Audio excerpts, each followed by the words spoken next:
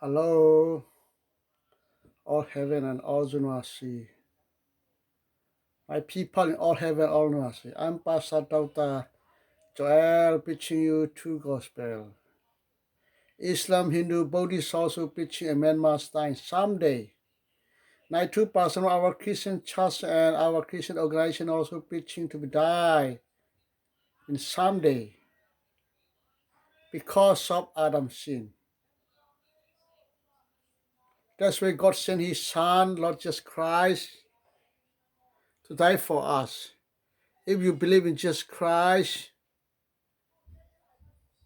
you can live young forever, billions years, trillions years in our millions of universes. But if you don't believe Jesus Christ and doesn't get His salvation, you will be Sodom and Gomorrah, according to Matthew chapter 11, verse 24.